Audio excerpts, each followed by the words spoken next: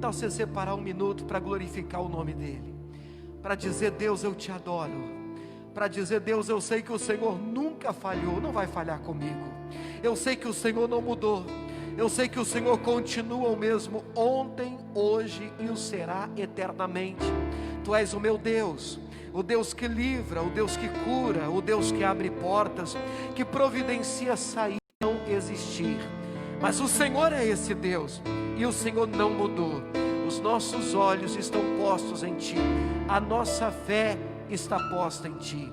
Você tem fé para levantar as suas mãos, aonde quer que você esteja, aqui na igreja, em casa, e declarar o refrão dessa canção, dizendo: o nosso Deus nunca, nunca falhou. O nosso Deus nunca falhou. Eu creio, Deus. E as promessas que Ele fez estão de pé. Eu sei que o seu nome é já. Determine a vitória neste momento, nesta hora, pela sua fé. Levante as mãos e declare mais uma vez: o nosso Deus. O nosso Deus nunca falhou. Oh, e as promessas que Ele fez. E as promessas que Ele fez estão de pé. Eu sei que o seu nome é já. Eu sei que o seu nome é já. Determine a vitória. Determine a vitória nesse momento, nesta hora, pela sua fé. Sua fé. As mãos erguidas, diga: Senhor Deus, eis-me aqui na tua casa para receber a minha vitória, para receber a minha bênção através da tua palavra. Diga a Ele: Deus, vem tratar comigo pela palavra, alcança a minha vida, alcança o meu coração, em nome de Jesus. Diga amém. Vamos aplaudir o nosso Deus. Aleluia.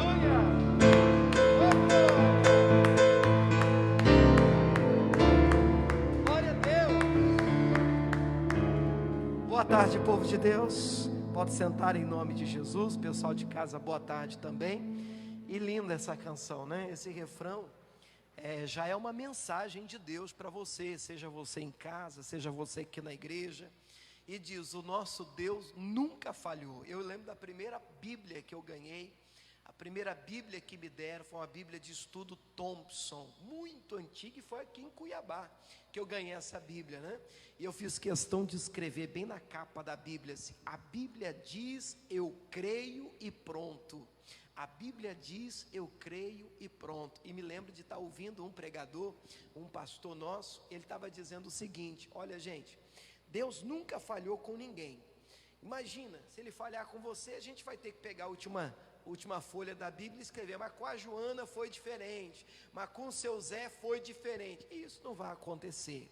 Ele é Senhor, Ele não muda, Ele é o mesmo ontem, hoje e será eternamente. Ele tem bênção para você, Ele tem milagre para você que está em casa, Ele tem milagre para vocês que estão aqui na igreja nessa tarde. Diga glória a Deus, irmão. Vamos ouvir a palavra de Deus, a voz do Senhor que muda qualquer situação. Juízes capítulo 6, capítulo meia dúzia. Juízes é Antigo Testamento. Antigo Testamento começa com Gênesis, Êxodo, Levítico, Números, Deuteronômio, Josué, Juízes. Então é o 7º livro do Antigo Testamento. Juízes capítulo 6, capítulo meia dúzia. E fala um pouquinho sobre a história de Israel contra os inimigos da época, que eram os midianitas. Os midianitas.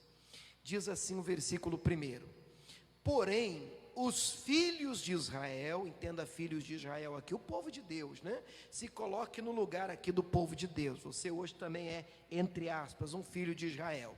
Os filhos de Israel fizeram o que parecia mal aos olhos do Senhor. Olha o problema aí. Uma coisa, irmão, é eu fazer o que é mal aos seus olhos. aos seus olhos. Outra coisa completamente diferente é eu fazer o que é mal aos olhos do Senhor. Aí é um problema. Fizeram o que era mal aos olhos do Senhor, como consequência, ainda no versículo 1, o Senhor os deu na mão dos midianitas. Por quanto tempo, a igreja? Está aí? 7 anos. 7 anos. Aí você me pergunta assim, mas pastor, era uma sentença? Deus falou assim, bateu o martelo, vocês vão ficar 7 anos penando, que é para vocês aprenderem uma coisa. Não, nada disso. Eles fizeram o que era mal aos olhos do Senhor, eles deixaram o lugar de proteção, saíram do lugar da bênção, infelizmente, porque eles não estavam bem com Deus, e aí a porta abriu, e isso durou 7 anos, e durou 7 anos, porque eles não buscaram a Deus nesse período. Eu vou provar isso para você, olha o versículo 2, e prevalecendo a mão dos midianitas, que eram os inimigos da época, sobre Israel, fizeram os filhos de Israel para si, por causa dos midianitas, as covas que estão nos montes, as cavernas e as fortificações. Então o que o povo de Deus fez? O povo de Israel fez? Por causa dos inimigos, por causa dos midianitas, o povo de Israel acabou cavando covas, procurando buraco, ficaram escondidos em cavernas, e o texto chama de cova. Imagina, você não foi feito para ficar escondido na cova, né? Você não foi feito para ficar com medo de tudo e todos, está repreendido isso em nome de Jesus. Mas por causa dos midianitas, eles estavam ali escondidos, cavaram covas para si, porque eles estavam com medo dos inimigos da época, que eram os midianitas. E vai piorar, olha o versículo 3, ó. Por quê? Porque sucedia que semeando Israel, por favor, grave essa frase, ela é importante. O que Israel fazia? Israel semeava. Semeando Israel, subiam os midianitas e os amalequitas, e também os do Oriente subiam contra ele, e punham-se contra eles em campo, e, olha outra frase forte, ó, e destruíam a novidade da terra. O que é a novidade da terra? Eu te falo, o fruto. O que o povo de Israel fazia? Plantava. O povo de Israel, o povo de Deus, semeava. E gente, é óbvio que toda pessoa que planta quer colher. Toda pessoa que faz um investimento o faz esperando retorno.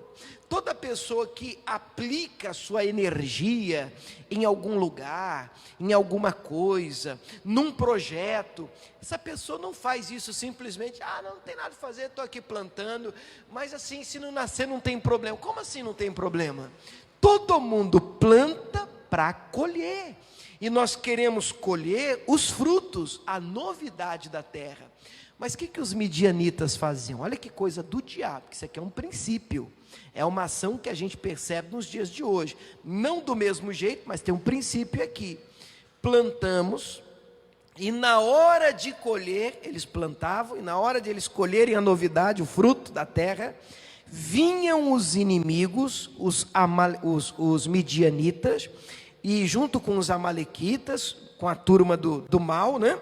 E no versículo 4 diz, punham-se contra eles em campo, e olha que frase, destruíam a novidade da terra, estragavam tudo, até chegarem a Gaza. Olha só, gente, não deixavam mantimento em Israel, nem ovelhas, nem bois, nem jumentos. Versículo 5, porque subiam com seus gados e tendas. Olha que frase forte também, ó.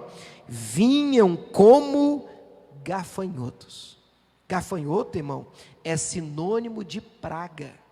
Então eles vinham como uma praga para arrebentar tudo, para destruir tudo e todos. Assim vinham os inimigos. Agora você imagina que frustração. Eles plantavam e na hora de colher, ficavam preparando, regando, cuidando para aquela semente não morrer, para aquela semente germinar, para aquela semente nascer, para aquela semente produzir. E aí na hora que finalmente o fruto aparecia, aí na hora esperava para amadurecer, todo um processo, toda uma estação, dependendo do fruto, irmão, dependendo daquilo que você planta, é só uma vez no ano, tem que ser na estação própria, tem que ser no tempo certo. E aí na hora que eles iam colher o fruto, vinha o inimigo, e não é nem que roubava o fruto, destruía o fruto. Não é nenhuma questão de dizer assim, não, é que nós estamos com fome também, dá aqui para nós precisamos de comer. Não, a Bíblia não diz que eles pegavam, a Bíblia diz que eles destruíam. A Bíblia compara os inimigos como gafanhotos, como uma praga. É aquela coisa que vem, se olha, eu não quero nem saber, eu vou acabar com aquilo que você plantou, eu vou acabar com todo o esforço que você colocou no projeto, eu vou destruir, isso não vai te dar retorno. Aí na hora que você pensa, eu não sei se você já passou por isso, sabe aquela sensação, agora vai, agora eu vou colher, agora eu vou experimentar do suor do meu trabalho, do meu esforço, vou colher os resultados de tudo que eu fiz. Lá vem os midianitas e destroem tudo. Gente, é óbvio que isso é frustrante. Nós seres humanos, nós plantamos, repito, para colher. Plantar e não colher não é bom para ninguém. Inclusive a Bíblia diz em Eclesiastes 5,19 que plantar e colher é um dom de Deus, é uma dádiva, é um presente do céu, é a vontade de Deus que você desfrute do suor do seu trabalho. Mas isso não estava acontecendo aqui. A gente sabe que não estava acontecendo isso aqui por causa do versículo 1. O povo não estava bem com Deus. Mas olha só o versículo de número, eu vou ler de novo o 5 novamente, para a gente continuar daqui. Porque eles subiam com seus gados e tendas, eles vinham como gafanhotos, tanta multidão que não se podia contar, nem a eles, nem os seus camelos. E aí a última frase é forte também: entravam na terra para a destruir. João 10,10 diz que o ladrão vem para matar, roubar e o que mesmo, igreja? Destruir. Uma obra do inferno mesmo, e destruía tudo. E aí no versículo 6, a consequência disso: assim, Israel, que é o povo de Deus, empobreceu muito pela presença dos midianitas. Foi difícil. Então, como é que termina o versículo 6? Você pode ler comigo? Então, os filhos de Israel clamaram ao Senhor. Aleluia! Ô pastor, mas até que enfim, né? Até que enfim. Quanto tempo demorou para eles clamarem ao Senhor? Bom, nós passamos no início do texto, diz 7 anos. Aí você pergunta, pastor, mas tinha que ser 7 anos? Não. Deixa eu fazer uma pergunta a vocês que estão aqui. Se eles tivessem clamado depois de 5 anos de sofrimento na mão do inimigo, Deus teria respondido quando? Depois de 5 anos.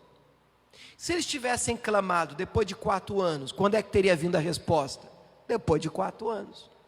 Se eles tivessem clamado depois de 2 anos na mão dos midianitas, quando é que Deus responderia? Depois de 2 anos. Por quê? Porque Deus responde depois que nós clamamos. Jeremias 33,3 é um texto fantástico, diz: clama a mim e responder-te-ei, anunciar-te-ei coisas grandes, firmes, tem tradução que diz assim, ocultas, que não sabes. Se nós clamarmos agora, quando virá o livramento? Agora. Deus vai ouvir quando, pastor? Agora. Então, irmão, o primeiro grande recado para nós é que nós precisamos clamar hoje. Não deixe para clamar, não, amanhã eu oro, mês que vem eu oro. Não, se continuar assim, semana que vem eu pego firme, eu faço a minha campanha, eu faço o meu ato de fé, aí eu vou pegar firme com Deus. Mas peraí, por que esperar 1 ano, 2, 3, 7? Se o Senhor só está esperando você clamar, se Deus só está aguardando a sua oração, o seu clamor, clama a mim, diz o Senhor, e responder-te-ei. Aleluia, o povo acordou, o povo clamou, versículo 6, vamos ler de novo 6? Assim, Israel empobreceu muito pela presença dos midianitas, dos inimigos. Então os filhos de Israel clamaram ao Senhor, aleluia. E depois que eles clamaram ao Senhor, qual foi a resposta que Deus deu? Versículo 7, sucedeu que, clamando os filhos de Israel ao Senhor, por causa dos midianitas, 8, enviou o Senhor um profeta aos filhos de Israel, que disse, assim diz o Senhor. Para um pouco aqui, porque o que eu quero aqui não é só o recado que Deus deu para eles, porque pode ser que o recado que Deus deu para eles não seja o mesmo que Deus dê a você. Qual é o ponto aqui? O ponto é que, se você clamar, Deus vai enviar uma palavra. Quando o texto diz que Deus enviou um profeta até eles, enviou um profeta com uma palavra. O profeta veio até eles dizendo, assim diz o Senhor. Então é muito importante que você clame com isso em mente. Às vezes a gente acha, não, eu vou clamar, e aí Deus vai mandar um raio na cabeça dos midianitas. Mas não é assim, nem sempre é assim que Deus responde. Às vezes Deus vai enviar a você uma palavra. Deus vai enviar a você um recado, quem sabe está enviando agora. Quem sabe essa é a palavra que vem como resposta a um clamor que você tem feito, por conta dos midianitas na sua vida, por conta de um tempo de adversidade, por conta de uma ação sobrenatural, você entende até que anormal, aonde você vem passando por um tempo na sua vida em que, meu Deus, você só planta, na hora de colher que é bom nada, na hora de desfrutar do esforço nada, você não é preguiçoso, você não é preguiçosa, você é uma pessoa que luta, você é uma pessoa que vai para a guerra, você é uma pessoa que batalha, então as pessoas até olham para você e dizem, nossa, mas você já devia estar longe, né? Você já devia ter mais, você já devia ter colhido mais na sua vida, e isso te perturba, isso te incomoda, porque você sabe que tem capacidade para mais, mas parece que os midianitas vêm, uma onda de destruição, uma praga como o gafanhoto, e é na hora da colheita, na hora que você diz, não, agora vai, parece que todos os frutos são destruídos. Se você tem enfrentado um tempo assim, tem passado por um momento na sua vida assim, esse recado é de Deus para você, porque assim como Deus enviou um profeta com uma palavra para aquele povo que estava enfrentando isso, hoje eu tenho uma palavra de Deus para a sua vida. Você crê nisso? Quem crê nisso está aqui na igreja, diga glória a Deus. Eu quero que você receba essa palavra, está dentro do contexto, eu não vou nem criar uma coisa diferente não, aqui dentro dessa história mesmo, a palavra é essa.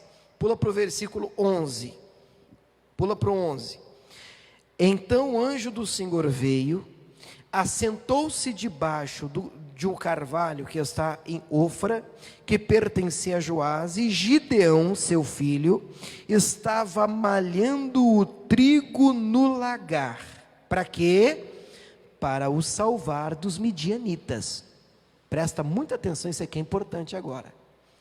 Então Deus envia um anjo, e aí esse anjo vai em busca de Gideão, porque agora Deus quer usar Gideão, a vida de Gideão, como uma espécie de libertador para aquele povo que estava oprimido pelos midianitas. E quando aquele anjo chega, aquele anjo encontra Gideão fazendo o quê? Esse ponto é importantíssimo. Aquele anjo encontra Gideão malhando o que diz aqui? O trigo no lagar. Gente, nós sabemos que o lagar não é o lugar ideal para você pisotear uva. O lagar é para uva e não para o trigo, para você malhar o trigo. Mas o Gideão está dentro das circunstâncias que ele tem e das ferramentas que ele possui, ele está fazendo o possível com o que tem. A primeira lição desse texto aqui, pelo menos desse ponto, eu entendo que nem sempre nós teremos todas as ferramentas. Você pode dizer amém, irmãos?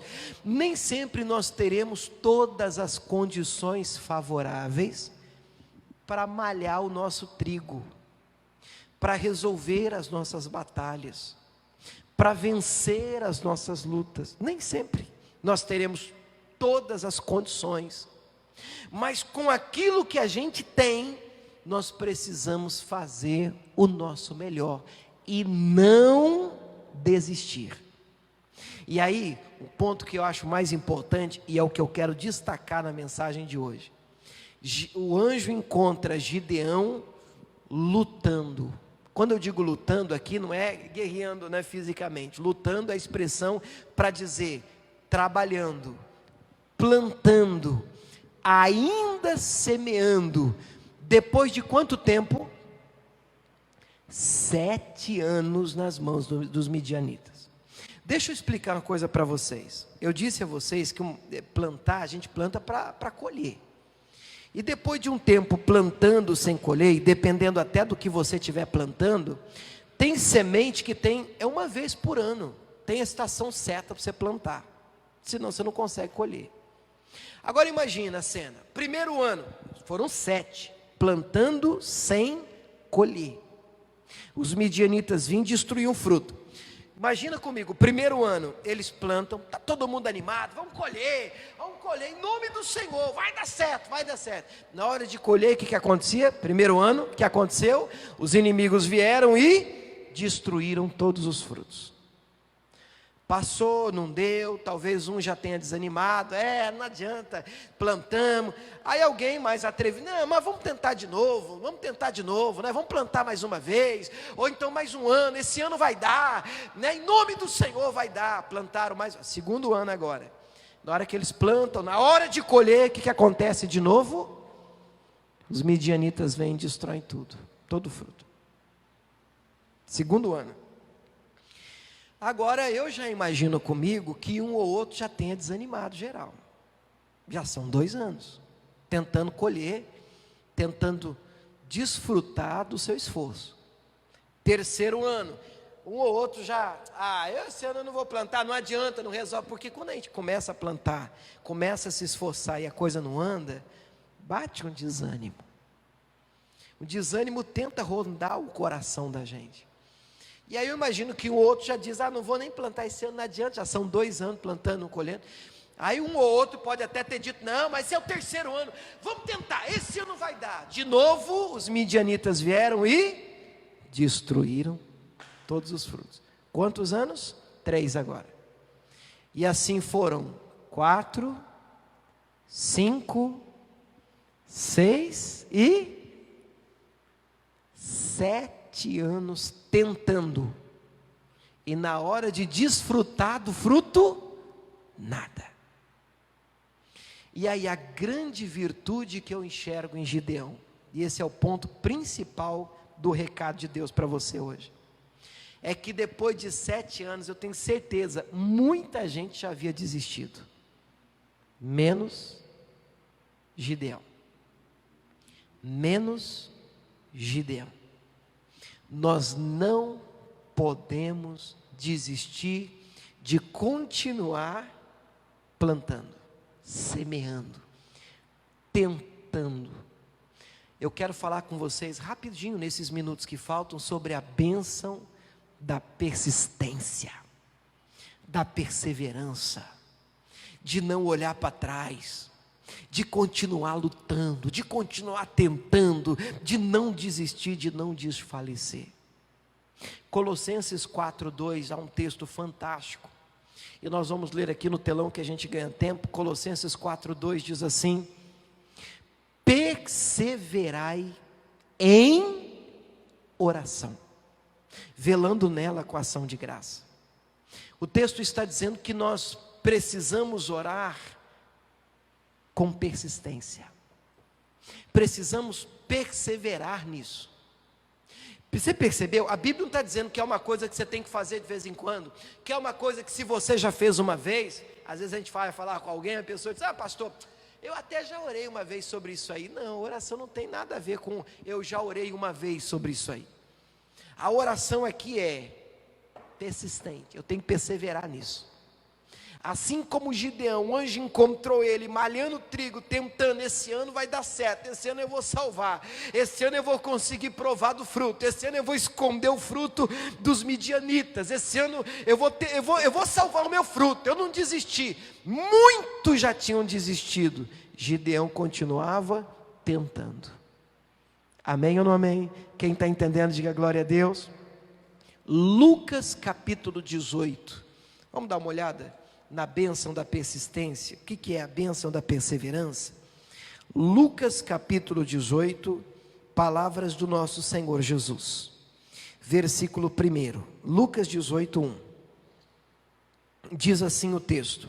A minha Bíblia traz um título em cima: a parábola do juiz iníquo, do juiz que não tinha moral, né? Do juiz que não estava nem aí para os outros. O verso 1 diz assim: e contou-lhes também uma parábola sobre o dever de orar de vez em quando. É isso que está escrito aí, irmãos? Não, o dever de orar sempre. O dever de orar sempre e, segundo Jesus, nunca desfalecer. Você pode dizer glória a Deus? O dever de orar sempre e não desfalecer. Gente, não comporta nem interpretação diferente. Normalmente Jesus contava parábolas e depois Jesus ainda tinha que explicar para os discípulos à parte, porque cabia a interpretação, e eles na maioria das vezes eles não compreendiam o que Jesus queria dizer por detrás daquela palavra.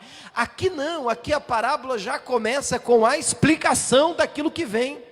Ele está dizendo, olha, Jesus vai contar agora uma história, porque parábola era isso, histórias que Jesus usava para ilustrar melhor a ideia de algum ensinamento, uma lição que Jesus queria passar. Então contou uma história sobre o que é a história que a gente vai ouvir. Sobre o dever de orar sempre, sem desfalecer, sem desanimar. O dever de persistir, o dever de insistir, o dever de perseverar. Vamos ouvir essa história rapidinho? Versículo 2, vamos lá, história de Jesus, hein? Ele que está contando, dizendo: havia numa cidade um certo juiz, que nem a Deus temia, e nem respeitava homem algum. Por isso que é a parábola do juiz iníquo, porque esse juiz não queria saber de nada e de ninguém. Esse juiz não respeitava ninguém, não queria o bem de ninguém. 3. Havia também naquela mesma cidade uma certa viúva que ia ter com ele, dizendo: faze-me justiça contra o meu adversário. Eu percebo então pelo texto que essa viúva tinha direito, era direito dessa viúva, ela estava correta. Eu tenho que abrir um parênteses aqui, e eu estou frisando isso, exatamente porque não adianta. Se você está tentando pleitear uma coisa que não é direito seu, você está mentindo, você está usando de subterfúgio, né? de ilegalidade, de imoralidade. Eu não fiz, mas lá no joelho eu vou dizer que eu fiz, pastor, ora por mim aí, porque eu preciso ganhar essa causa. Não, peraí, o nosso Deus é um Deus de justiça. Deus não gosta de rolo. Amém, igreja? Deus gosta do que é certo, do que é honesto, do que é reto. Então essa viúva tinha direito. Eu olho para o texto, me parece muito óbvio, porque ela vai cobrar do juiz justiça. Então, olha, eu quero justiça, eu quero justiça. Era essa a cobrança da nossa viúva do texto. Versículo 4. E por algum tempo, esse juiz não quis fazer justiça não.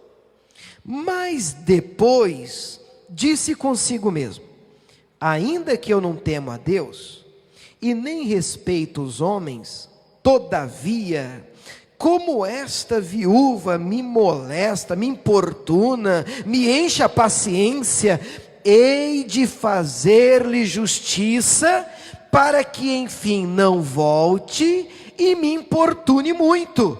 Olha só que história, gente. Ela ia todo dia lá, vamos imaginar a cena, a viuvinha batendo a porta do juiz. Aí lá vai o juiz, abre a porta: mas a senhora de novo, faze-me justiça, meu filho, faze-me justiça, você sabe que eu estou certa, você tem que me fazer justiça, não está certo o que estão fazendo comigo. E o juiz, a princípio, pá, bate a porta na cara da mulher. Amanhã, chuta quem está lá de novo. Faze-me justiça, meu filho.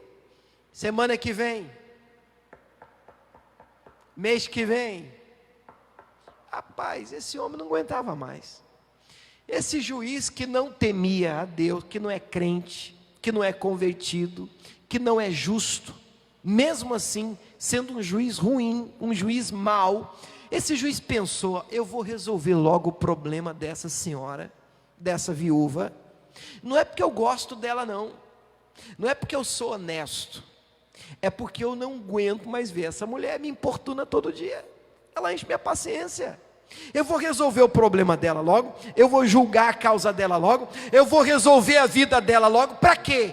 Para que ela não volte mais aqui, para que ela não me importune mais, para que ela não fique mais enchendo a minha paciência, eu não aguento mais. E ele fez justiça para aquela senhora, para aquela viúva.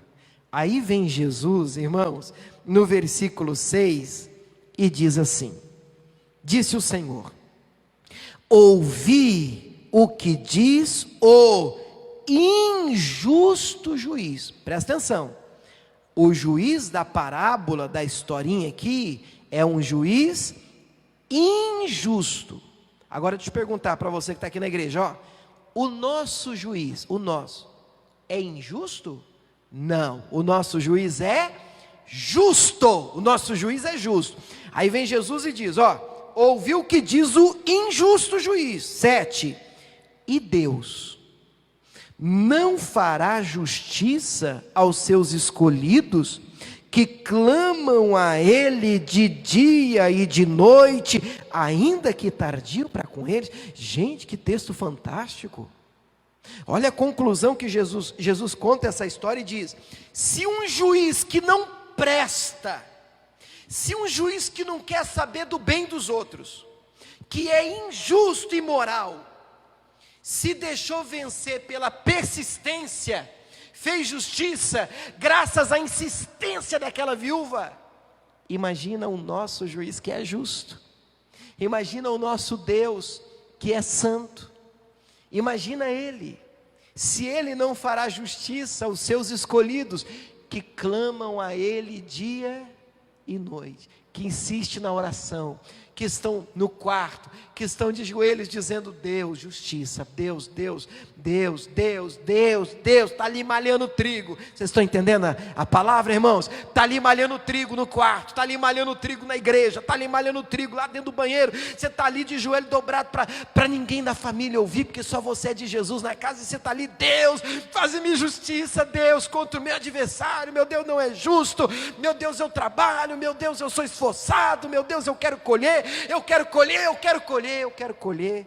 Ah, querido, o Senhor também vai olhar para você como olhou para Gideão, e o Senhor está te dizendo nesse finalzinho de tarde: vai nessa tua força, Gideão. Eu lia esse texto e eu ficava perguntando para mim: que força? Israel destruído, os midianitas, os inimigos dominando como uma praga, gafanhoto é praga, eles não conseguiam nem plantar e colher.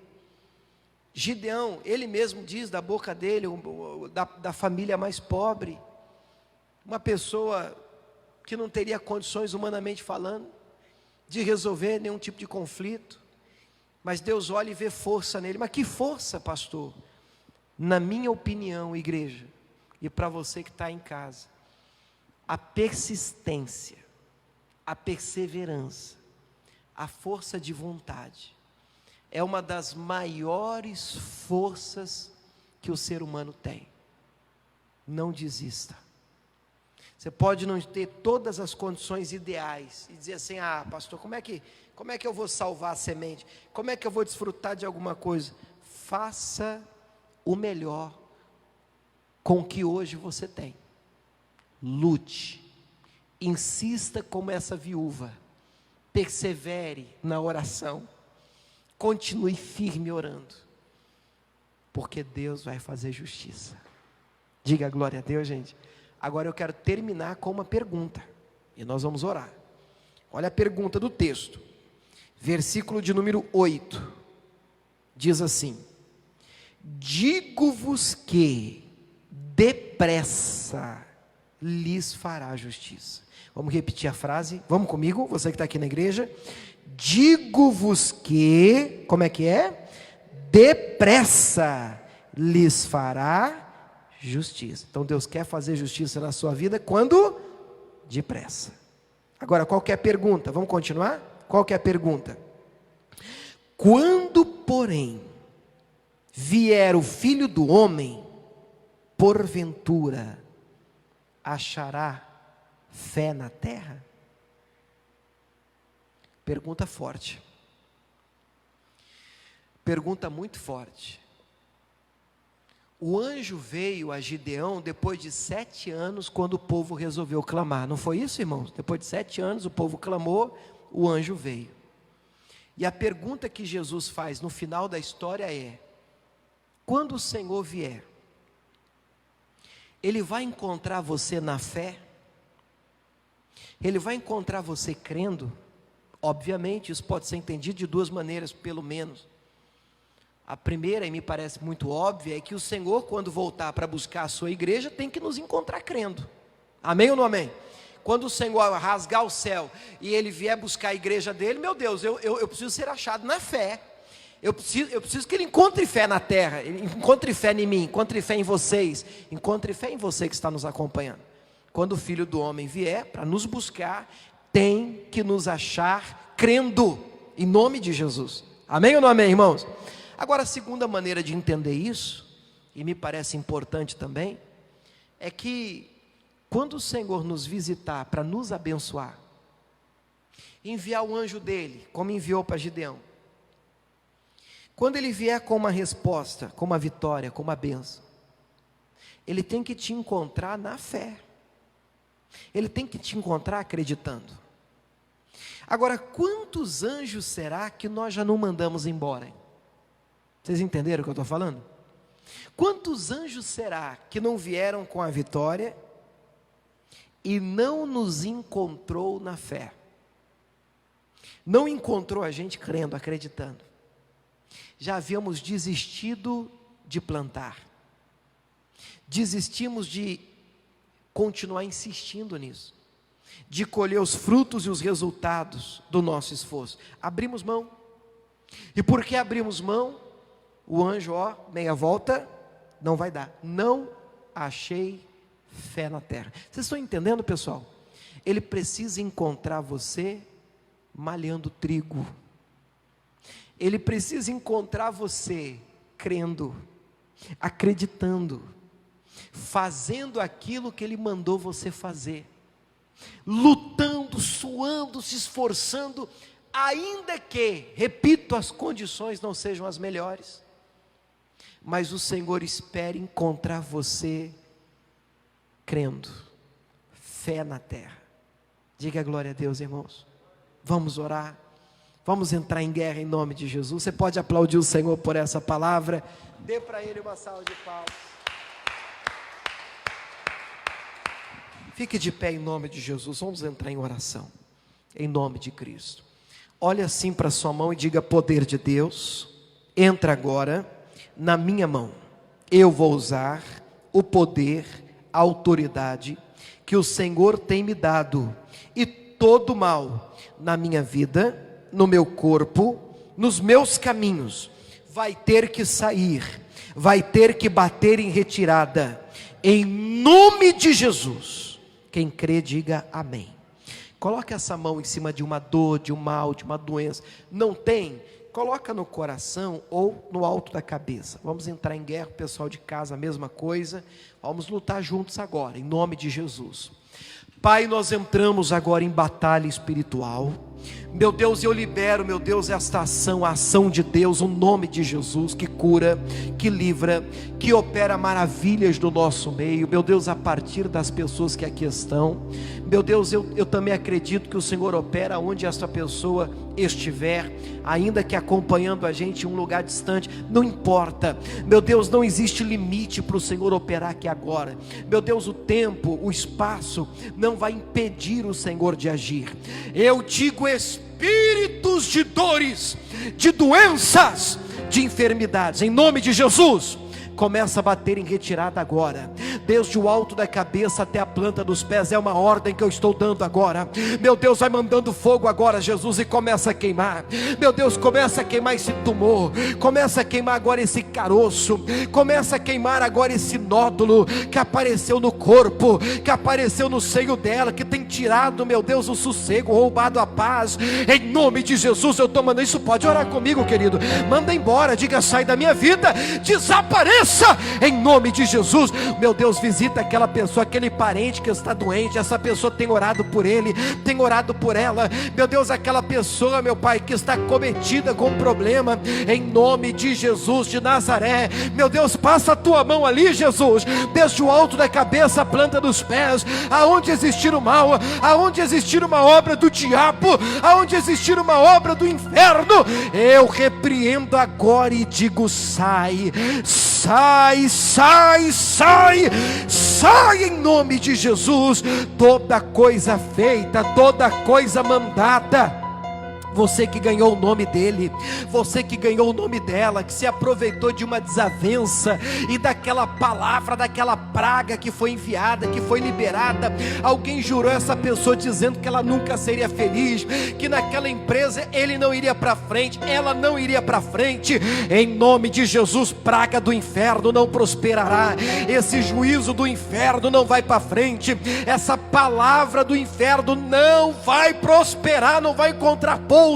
Em nome de Jesus eu desmancho, eu desfaço e ordeno todo mal. Tira sua mão e diga: sai, sai, sai, sai e sai, em nome de Jesus. Levante a mão para ele, diga: Pai, eis-me aqui, Senhor, na tua casa, na tua presença, crendo na tua palavra.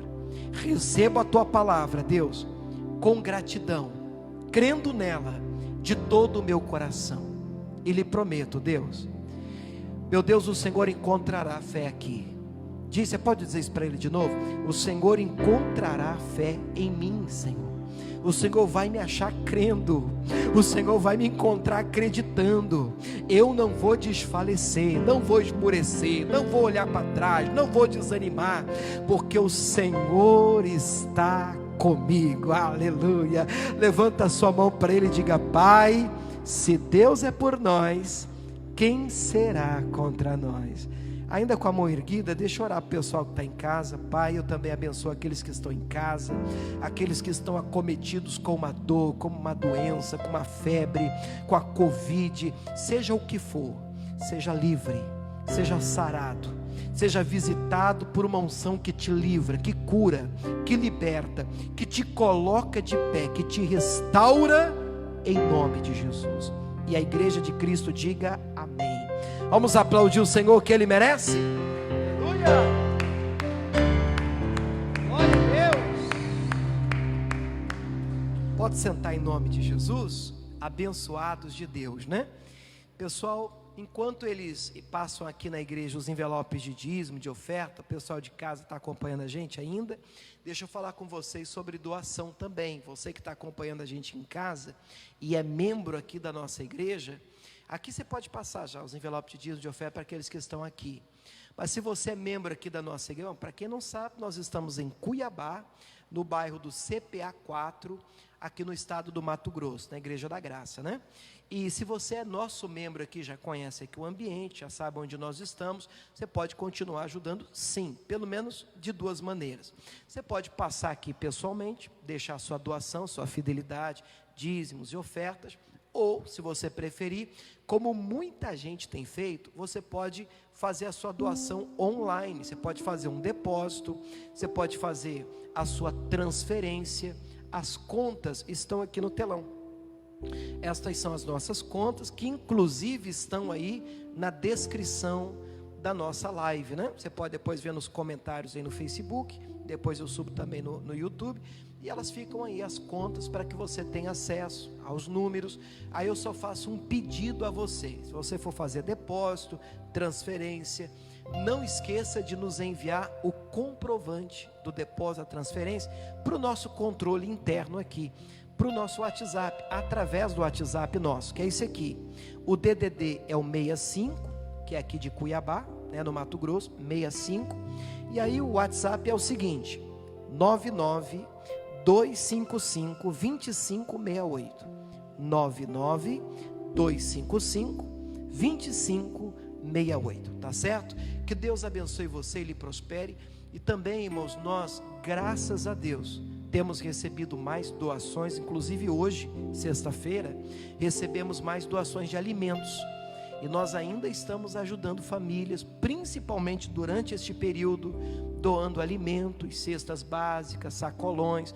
Graças a Deus, em primeiro lugar, e também ao coração aberto de muitos de vocês que estão acompanhando, assistindo, e de vocês que estão aqui na igreja. Agradeço então a Deus, agradeço vocês também, e quero lembrá-los que, se você estiver precisando de ajuda, de alimento, não fique acanhado. O mesmo telefone para você entrar em contato conosco. Esse é o nosso projeto social. O mesmo número está aqui na tela, é o 65 de novo, que é o DDD aqui de Cuiabá. E o WhatsApp é o 99255-2568. Nós até já temos algumas cestas para doar. Precisa de doação? Entre em contato com a gente. Nosso prazer poder te ajudar. Graças a Deus, Deus tem nos abençoado. E nós queremos, principalmente, repito, nesse período, estender essa bênção para você. Tá certo? Pessoal que está aqui na igreja, levanta a mão assim. Vamos orar, pessoal de casa, novamente.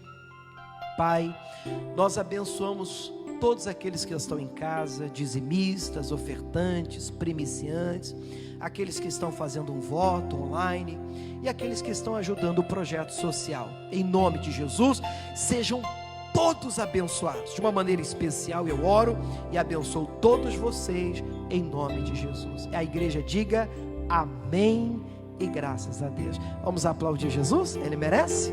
Glória a Deus. Deus abençoe o pessoal de casa.